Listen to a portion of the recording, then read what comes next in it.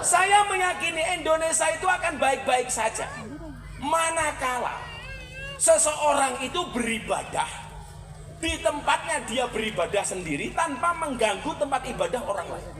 Maka ketika Idul Fitri ucapan saya apa? Mohon maaf, ketika Natal ucapan saya apa? Saya mengucapkan Selamat Natal bagi kawan-kawan saya Katolik dan Kristen. Rayakan hari raya Anda dengan penuh sukacita dan bahagia, sebagaimana saya merayakan Idul Fitri dengan sukacita dan bahagia. Saya akan berangkat ke masjid, silahkan Anda berangkat ke gereja. Kita mungkin berbeda, tetapi sama-sama anak bangsa Indonesia. Begitu saya mengucapkan Selamat Natal, orang bilang, Miftah jadi Kristen gara-gara mengucapkan Selamat Natal. Yang bilang siapa? Tanggal 10 November saya mengucapkan Hari Pahlawan, saya nggak jadi Avenger. Saya mengucapkan Hari Ibu, saya nggak jadi ibu. Kamu yang jomblo mengucapkan selamat menikah, kamu tetap jomblo. Maka izinkan malam hari ini atas nama cinta, saya akan menyampaikan tentang orasi kebangsaan, bagaimana kemudian kita bersikap sebagai rakyat. Kalau presiden punya visi dan misi menuju Indonesia Emas, apakah kita hanya berpangku tangan atau ada sumbangsih yang bisa kita berikan? Jujur saja Bapak Ibu, saya capek. Tapi ingat, capek itu mohon maaf, memang semuanya capek, tapi tidak boleh menyerah. Karena capek itu pasti menyerah bukan solusi. Saya capek, jenengan juga pasti capek. Apalagi tadi sore ngikut senam. Saya lihat dari video, ibu-ibu baca negara kalau senam ngeri. 1, 2, ger. Ketoknya senam, tapi wetengnya tetap gede. Aku zizik. Bapak Ibu yang saya muliakan, terima kasih kepada semua panitia lokal, termasuk kepada sahabat saya Pak Lurah yang sekarang nyambi sebagai penyanyi dangdut, Pak Huhu, Lurah yang selalu viral, yang terakhir duet dengan teman duetnya Lala Widi. Lurah karo ngungu ini, karena aku jadi ingin. Boleh. Saya ngomong boleh mesti randa ya. Kamu jangan mancing-mancing. Aku takut viral. Allah sampaikan dalam surat Yunus ayat 22. Ayat ini akan saya tafsirkan bagaimana kemudian keadaan bangsa ini yang sebenarnya baik-baik saja, tapi kita perlu waspada karena tetap ketika satu negara itu baik, ternyata ada pihak-pihak yang tidak pengen negara kita itu baik. Allah sampaikan dalam Al-Quran, Bismillahirrahmanirrahim, Huwaladzi yusayyirukum fil barri wal bahr. Dialah Allah yang menjadikan kamu dapat berjalan di daratan dan di lautan. Kita semuanya meyakini semua kejadian itu atas izin Allah. Saya bisa sowan jenengan atas izin Allah. Jenengan bisa hadir atas izin Allah. Sama ciptaannya. Orang kurus itu ciptaan Allah. Orang gemuk itu ciptaanmu sendiri. Karena kebanyakan makan. Semuanya ciptaan Allah. Anda berwajah cantik gak boleh sombong. Kenapa? Karena itu given, hanya pemberian. Anda yang berwajah pas-pasan atau kurang juga gak boleh bersedih, karena itu juga hanya casing yang diberikan oleh Allah. Maka kita gak boleh kemudian menghina orang karena fisiknya. Oh itu pesek, ingat, orang pesek itu panjang umur. Amin. Kenapa? Karena ambekannya ngirit.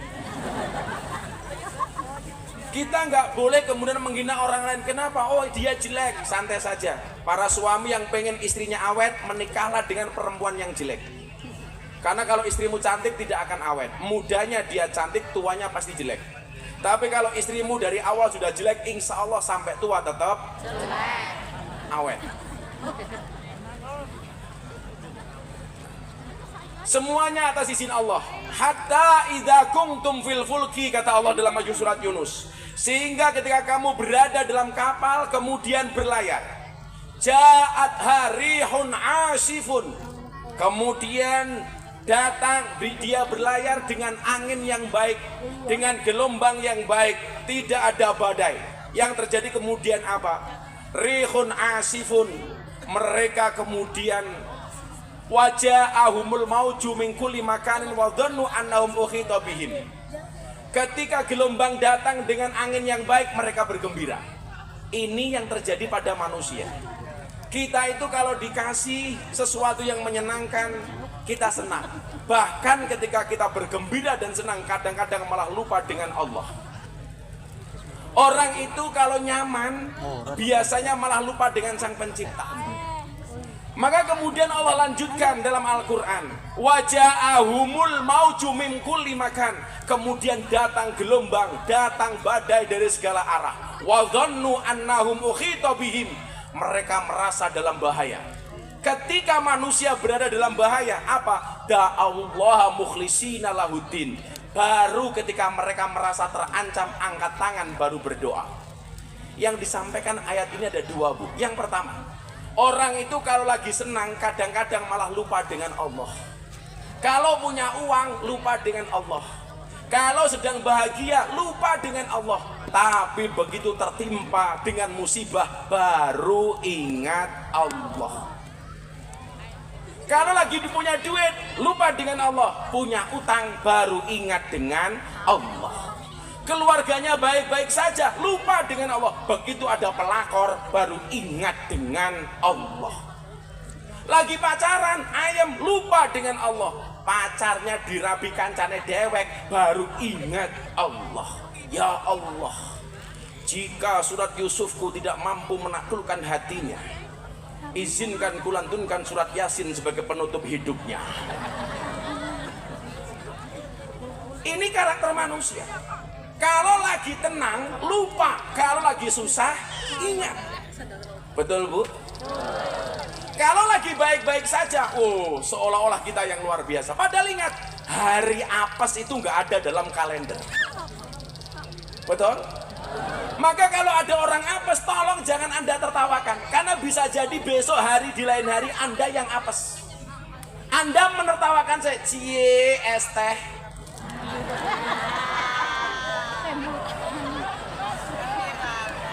Kalau itu dianggap hari apes saya, apakah Anda yakin Anda tidak punya hari apes? Ingat, orang jalan saja kesandung, betul?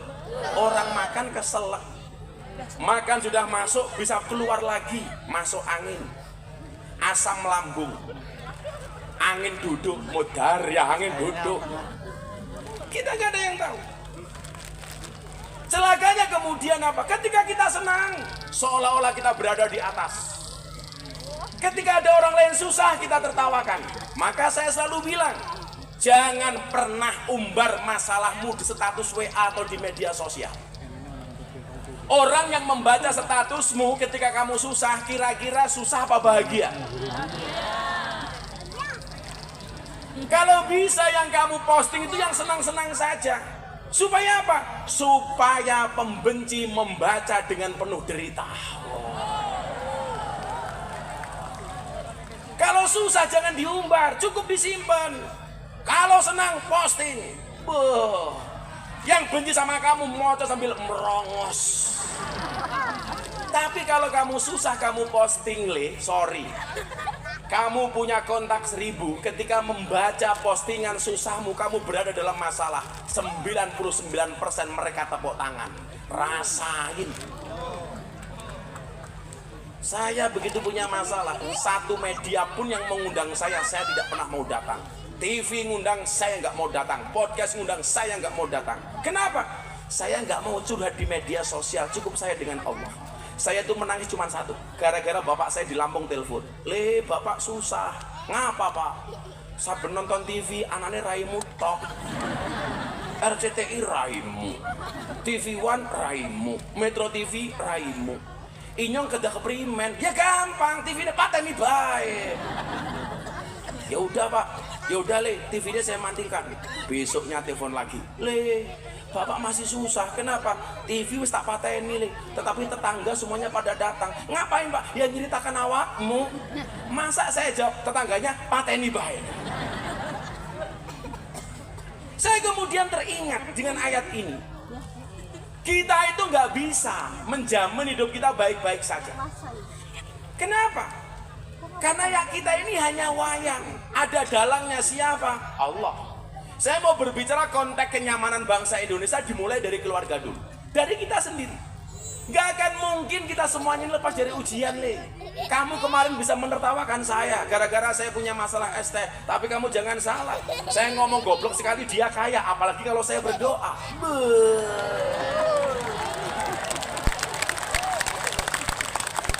Kamu yang kemarin ikut membuli saya, itu bagi saya jariah untuk saya. No what. Ora apa-apa.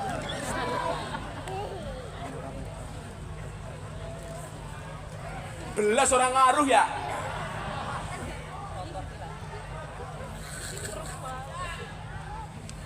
Nyatanya tambah ganteng. Bisa datang ke Purwasaba ke Banjarnegara tanpa Pak Ho mengeluarkan uang sama sekali. Sekarang yang lagi viral gayane lurai Purwasaba.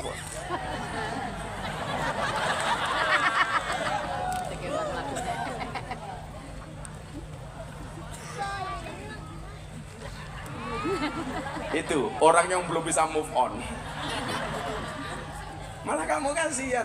Kamu sekarang mau bilang es teh mau apa? Aku udah nggak trauma. Emangnya aku cowok apaan? Justru kalau kamu minum es teh tak kasih sarannya supaya enak. Kalau ada gulanya tolong es tehnya gulanya jangan diaduk supaya manisnya di akhir. Kenapa? Karena kalau manisnya di awal sudah biasa kayak cangkeme pacarmu.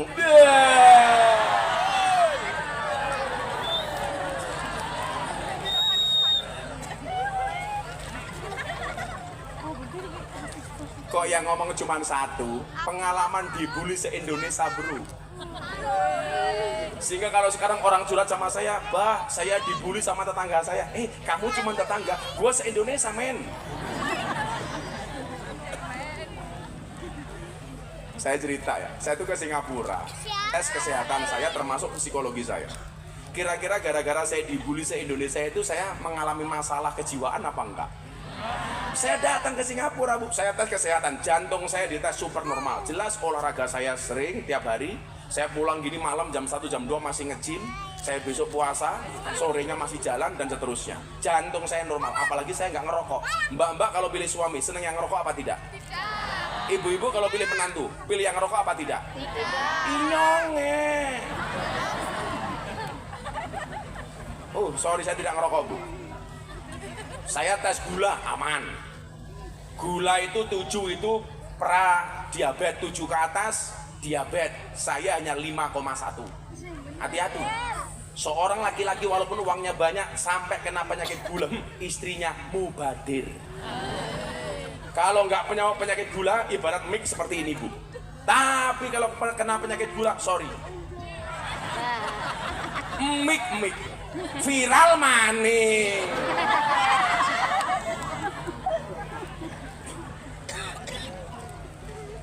Yang berikutnya apa mas? Saya tes psikologi. Aku ikan apa ora? Di WNE pertanyaan 200 suruh jawab. Akhirnya 2 jam saya kerjakan. Pertanyaannya apa saya jawab. Sehari kemudian saya dipanggil sama dokter. Mr. Miftah come here di Singapura. Mr. Miftah come here. I want to tell you about your psychology. Alah kayak ini mantu-mantu kayak paham-paham yo. Yes, dugleng.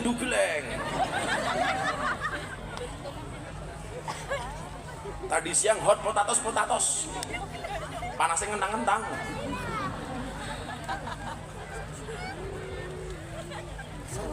Saya dikasih tahu. Dokter bilang apa sama saya, Mbak? Mr. Miftah. Iki apa maning ya? Ono wong ngasih tangtung. Mas Pulung tolong B-nya jangan dibayar. Saya dikasih tahu mental saya. Dia tanya begini sama saya, Gus, Anda itu nggak pernah punya masalah ya? Kenapa dok? Tingkat stres Anda itu kecil sekali. Kok Anda kayaknya enjoy terus, happy, relax? Ini Anda nggak pernah punya masalah. Saya bilang sama dokternya, dokter coba dilihat masalah saya di bulan Desember sampai Januari kayak apa. Dibuka sama dokter. Langsung dokternya bilang apa? What? Oh my God! Saya jawab, celot. Mumedase dokter ya Pak. Anda punya masalah seperti itu kok Anda baik-baik saja. Saya bilang, apa yang mau saya takutkan? Seseorang tidak bisa mematikan rezeki kita, kita tidak bisa mematikan rezeki orang lain. Muncul petisi boykot pengajian Gus Miftah. Faktanya yang undang saya masih banyak.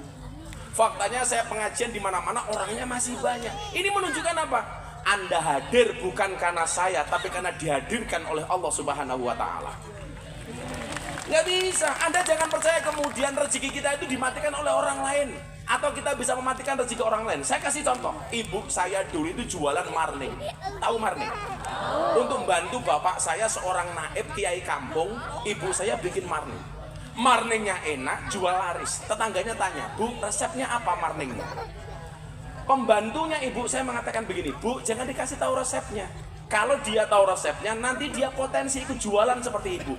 Apa kata ibu saya? Enggak apa-apa, saya kasih resepnya. Ketika orangnya pergi beneran ikut buat marning kayak ibu saya. Ketika yang rewangi ibu saya protes, tuh kan Bu, usaha ibu jualan marning dicontoh oleh tetangga. Apa jawaban ibu saya? Santai saja Mbak. Apa kata ibu? Usaha bisa dicontoh, rezeki nggak bisa dicontoh. Bahasa saya apa? Strategi bisa dikopi, rezeki nggak bisa dipaste. Bisa. Orang sekarang ikut-ikutan saya ngaji di lokalisasi, ngaji di klub malam. Ya rezekinya beda. Kalau ini kan wis biasa karo Elsi. Yang kerjanya di karaoke, katalog dibuka, oke. Apakah rezekinya sama? Beda. Kita berangkat ke laut, sama-sama bawa pancing. Lautnya sama, pancingnya sama, umpannya sama. Kira-kira ikannya sama? Enggak. Pulang apakah membawa ikan yang sama? Enggak. Sama-sama berangkat ke pasar, jualannya sama, pasarnya sama, rezekinya sama? Enggak. Duduk di sini sama. Nanti ada tanya jawab dengan saya. Yang tanya saya kasih uang. Apakah rezekinya sama? Tidak. Nggak bisa. Makanya kenapa kemudian kita selalu saja disibukkan dengan pertengkaran, dengan permusuhan. Sama halnya bangsa ini. Pak Prabowo itu belum setahun jadi presiden. Di demo macam-macam. Padahal apa?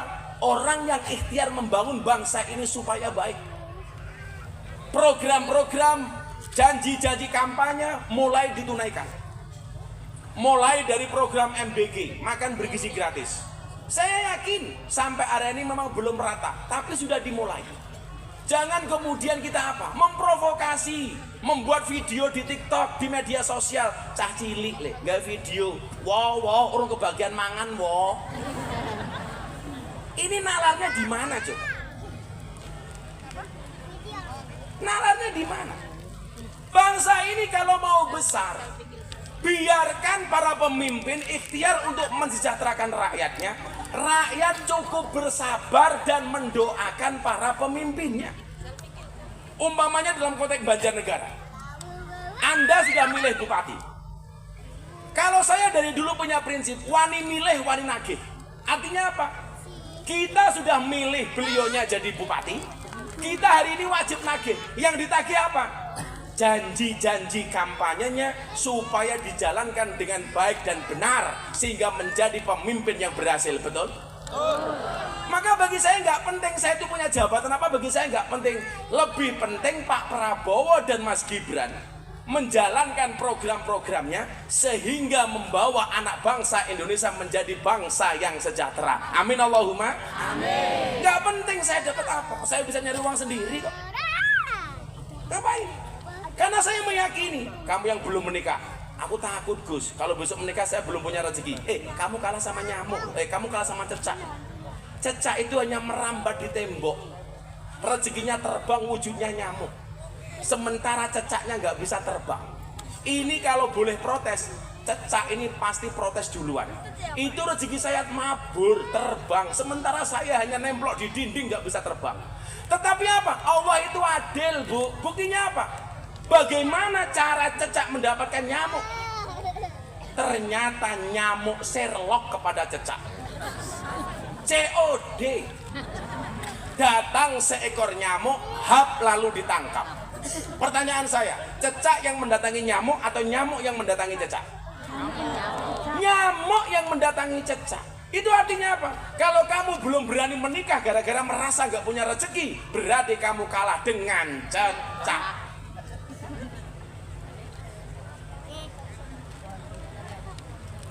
Jomblo-jomblo ke, rumah kan lagi ya. Nggak rapi, orang mau pacaran baik. Ngalor ngidul boncengan, mulai meteng.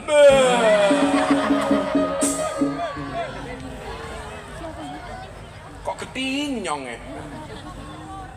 Terus kadung matane kadung. Enak temen jawabnya kadung. Kadung ini pinggir lapangan. Jadi anak arane Muhammad Ronaldo. Nah, dalam konteks yang lebih besar, negara ini yang baru tenang diuji dengan sifat-sifat intoleran warga negaranya. Hari ini kita berada pada fase birihing toyibah. Ini Indonesia lagi tenang, damai, rukun, ayam, sejahtera. Tahu-tahu ada masalah intoleransi seperti di Sukabumi, di Cidahu, kecamatan Cidahu. Orang beribadah di dalam villa kemudian dipersekusi.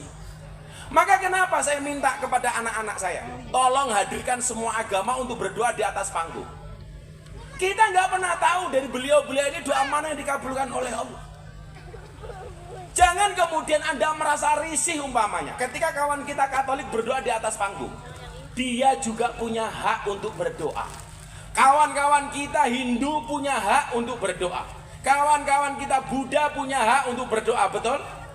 Saya meyakini Indonesia itu akan baik-baik saja manakala seseorang itu beribadah di tempatnya, dia beribadah sendiri tanpa mengganggu tempat ibadah orang lain.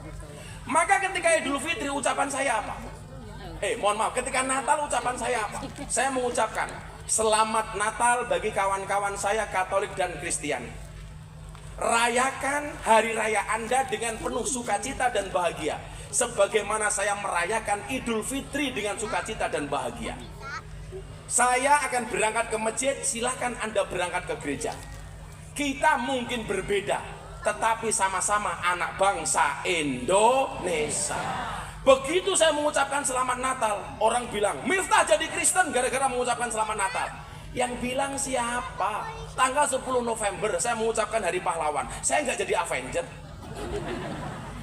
Saya mengucapkan Hari Ibu, saya nggak jadi ibu. Kamu yang jomblo mengucapkan selamat menikah, kamu tetap jomblo. Nggak segampang itu, Ferguson.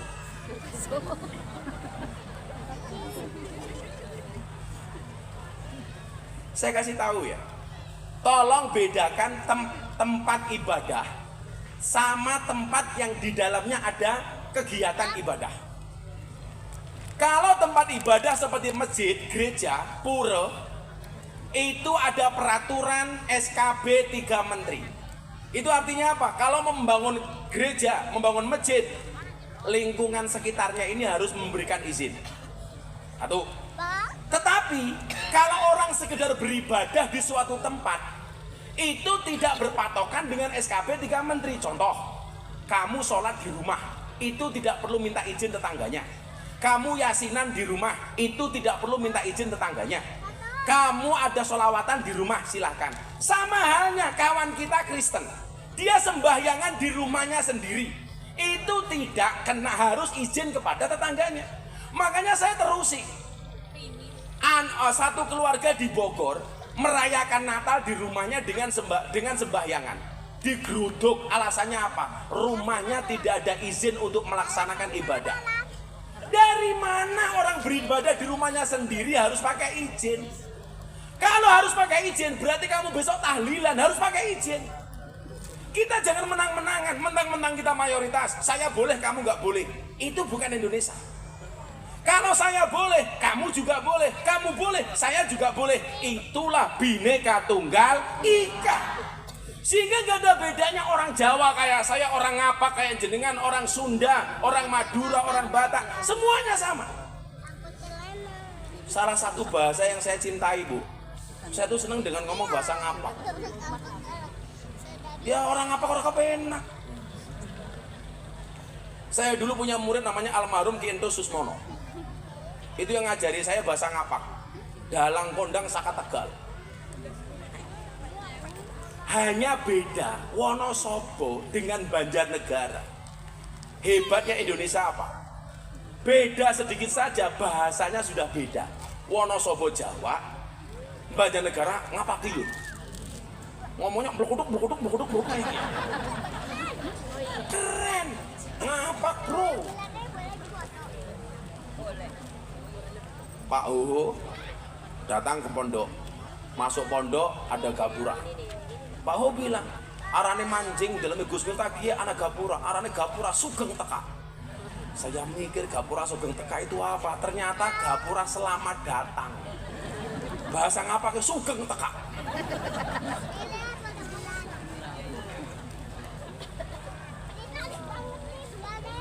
Saya dulu di rumahnya almarhum Ki Entos diundang ngaji, pagi-pagi saya dibangunkan. Gus Kiek, isuk-isuk ngobori cocot. Lah inyongnya mikir ya, apa Kiek ngobori cocot? Ternyata udut. Kalau bahasa Kebumen ngomrongi congor, keprimen maning. Ini keindahan. Dari segi bahasa kita bisa beda. Dari segi suku kita bisa beda, dari segi agama kita juga bisa beda. Nah, dalam konteks Pancasila semuanya punya hak yang sama. Yang Muslim silakan berangkat ke masjid tanpa diganggu. Yang Kristen Katolik silakan berangkat ke gereja tanpa diganggu. Yang Hindu silakan berangkat ke pura tanpa harus diganggu, tanpa harus intervensi kepada ibadah agamanya orang lain. Lucunya apa? Kita itu nggak taat dengan agamanya sendiri, kadang-kadang justru intervensi dengan agamanya orang lain. Wes ora tau sholat, ora tau ning masjid, ana wong ke gereja kok kemudian kita susah. Makanya coba sekali-kali Anda main ke pondok saya. Bulan depan ini kebetulan ulang tahun pondok saya. Tanggal 2 saya mujahadah. Vokalis hadroh top-top semuanya tak undang bersama Mas Gibran Wakil Presiden.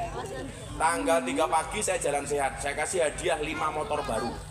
Tanggal 4 saya ada event anak CB, anak King, anak Vespa. Saya mau acara, ada Mas Charlie dan lain-lain. Tanggal 5 puncak acaranya, saya bikin konser seperti ini di lapangan yang di sampingnya ada gereja Katolik. Yang isi siapa? Ada Denny Caknan, ada Tip Ek, ada Pak Deddy Mulyadi. Coba sekali-kali Anda datang, ada Tip Ek macam-macam gitu. Lah, panitianya siapa? Muda-mudi Katolik.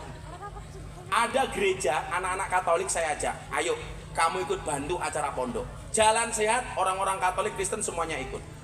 Selatan rumah saya, rumahnya pengurus gereja, pendeta. Utara rumah saya kuburan. Dan Anda tahu, seumur hidup saya tidak pernah bertengkar dengan tetangga selatan saya.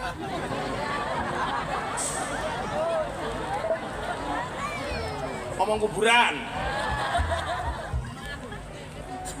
Lah ini Indonesia baik-baik saja. Kita terkoyak dengan apa? Sudah punya IMB mau bangun gereja di Depok, di demo. Kalau nggak punya IMB, boleh kita protes. Ini punya IMB. Itu tidak boleh terjadi di Banjarnegara. Artinya apa yang saya inginkan cuma satu. Kondisi Indonesia hari ini sedang baik-baik saja. Nggak usahlah kita berulah. Berikan kesempatan kepada pemerintah untuk bekerja. Kita bersabar. Seumpamanya belum kebagian BLT, sabar. Kamu belum kebagian BLT, marahnya sama siapa? Lurah hoho. Yo inyong ora kebagian BLT ya. Wong sing BLT didum dulure dewek.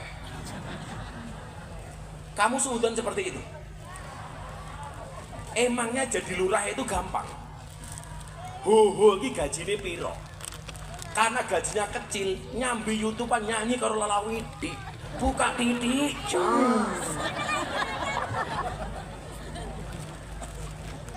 Tapi ya lurah paling geleleng se-Indonesia kayaknya lurah Purwasaba ya. Wis gayane ditiru, lagune ditiru. Hah? Tatoan. Dulu dia dibully soal tato, yang belain saya. Dia nanya sama saya, "Bah, bagaimana caranya bertobat orang punya tato?" Gampang. Jangan nambah tato. Itu berarti bertobat. Saya mau tanya sama Lurah Hugo, tato ini gimana? Hok rene ya, rene ya. Aku pengen ngerti cah iki ya. Tato ini pira? Kamu jalannya gaya TikTok, jalannya gaya TikTok. Ulangi, jalannya gaya TikTok. Jalannya yang viral kayak TikTok yang dicontoh sama orang-orang gitu loh. Nah.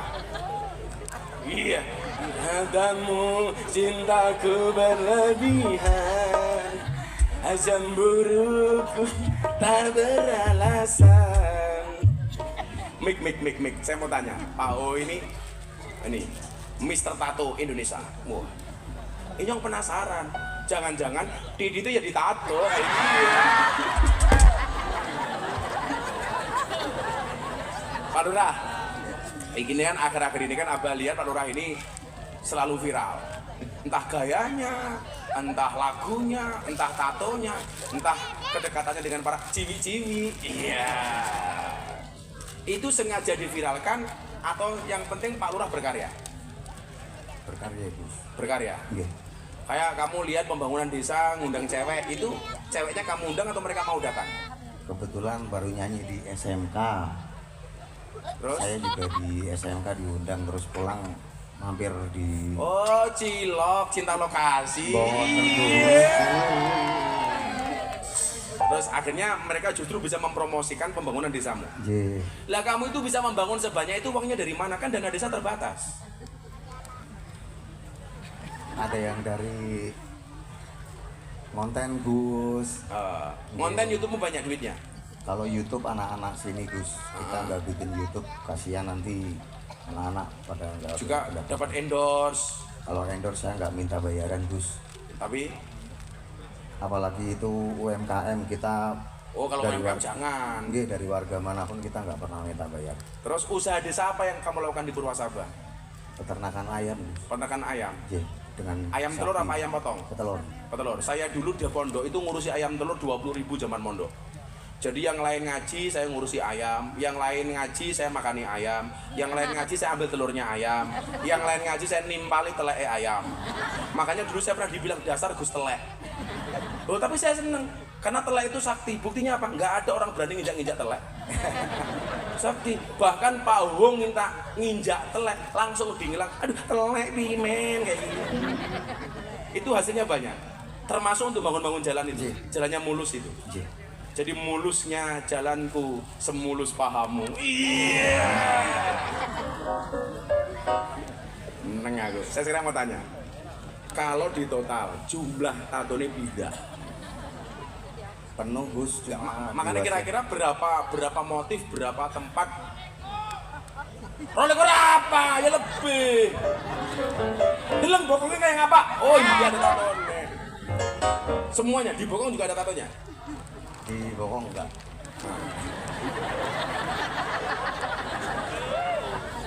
Terus di kalau paha ada. Ada. Lengan ada. Ada. Dada ada. Penuh. Oh, dada penuh. Penuh.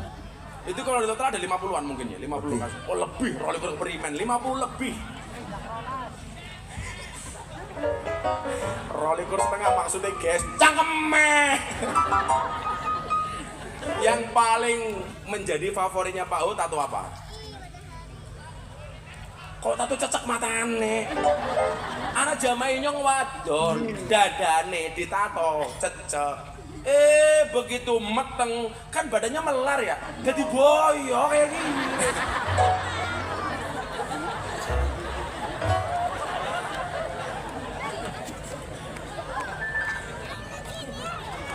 Apa yang paling favorit atau apa? Tato Dewi Guan In. Oh, jadi Dewi Guan In. Terus yang menurut yang paling menjijikan Pak tato yang mana? Enggak ada. Enggak ada. Itu buat tato ada inspirasinya. Ada. Apa inspirasinya? Beda-beda. Salah satunya. Saya terinspirasi dengan gangster di Jepang, Gus. Bilo. Yakuza. Iki mbiyen gege dadi lurah. Kuwi wargane ora milih wedi mergo diancam. Terus gangster Yakuza. Terus tapi kalau Yakuza kan tidak semuanya itu dari dia semua bertato, Gus. Cuma kan Yakuza kan tidak selalu jahat.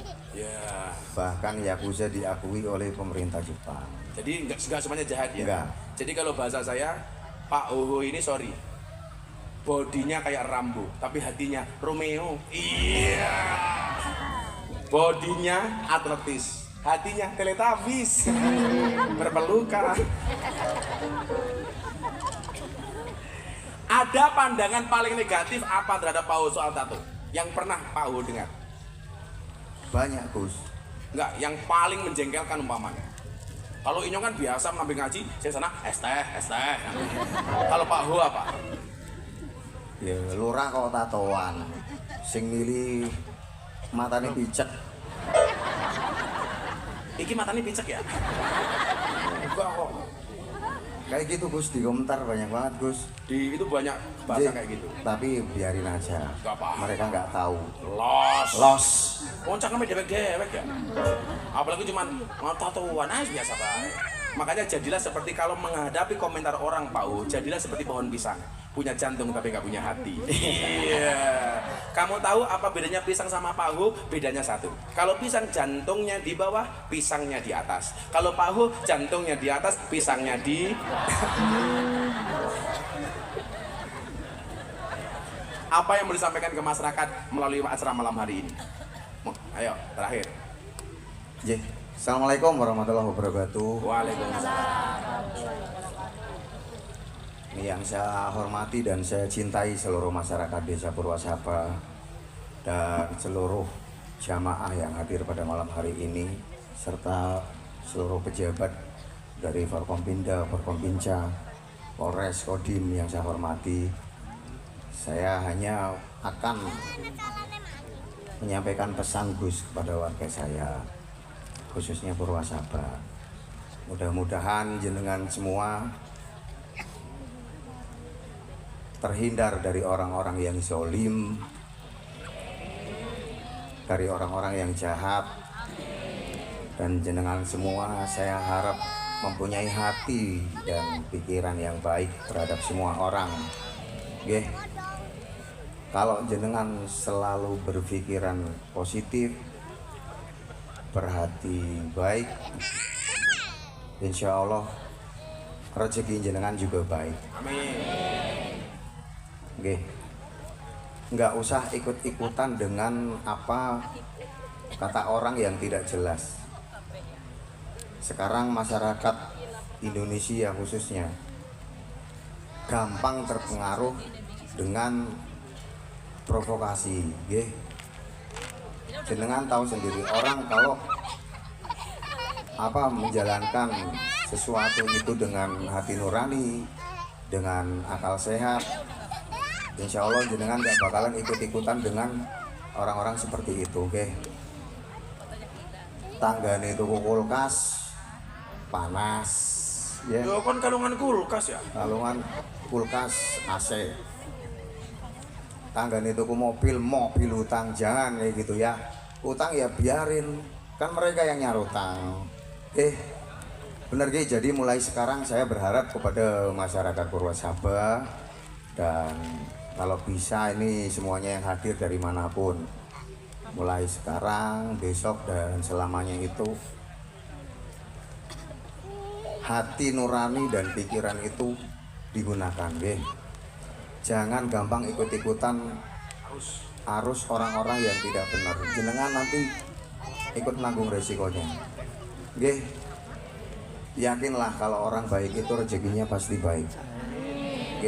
Karena orang-orang yang selalu menjelekan kita di depan orang lain, suatu saat akan menjelekan kita di depan orang juga, menjelekan jenengan juga di depan orang lain. Saat tidak pas, sekarang lakukan hal-hal yang baik, sing ora apik ora usah, mikir kerja, ora usah mikir ngomong nawong bluding gawe dosa, orang lain mau ngomong apa kita jelek-jelekin, biarin, biarin aja, nggak usah ikut gabung, ikut bersatu dengan mereka. Mungkin itu Gus yang saya sampaikan. Terima kasih Pak Lurah. Kurang lebihnya mohon maaf. Billahi taufik wal hidayah. Wassalamualaikum warahmatullahi wabarakatuh. Tepuk tangan untuk Pak Lurah. Kon sambutan malah berdoa. Terima kasih Pak Lurah. Nanti nyanyi Pak Lurah. Masa nuwun, silakan enggak Pak Lurah. Antamu cintaku berlalu.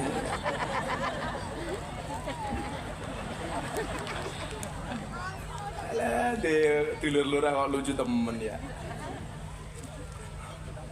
Jadi ketenangan, kenyamanan hari ini yang kita rasakan nggak usah diganggu dengan perilaku-perilaku yang tidak bertanggung jawab.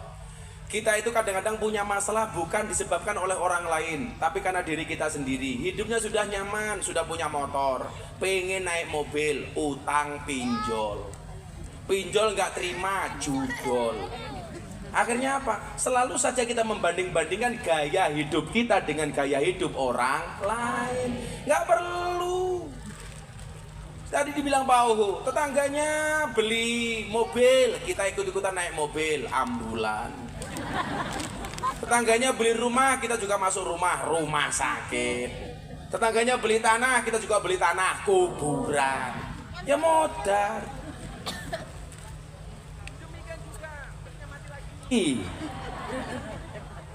Cek.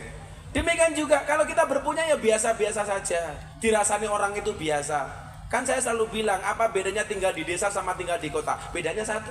Kalau tinggal di kota harus kandel dompetnya, tinggal di Purwasaba harus kandel kupingnya.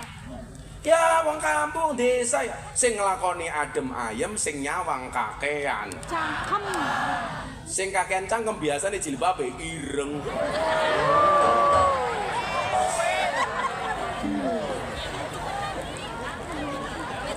Yang jilbabnya coklat insya Allah lebih parah.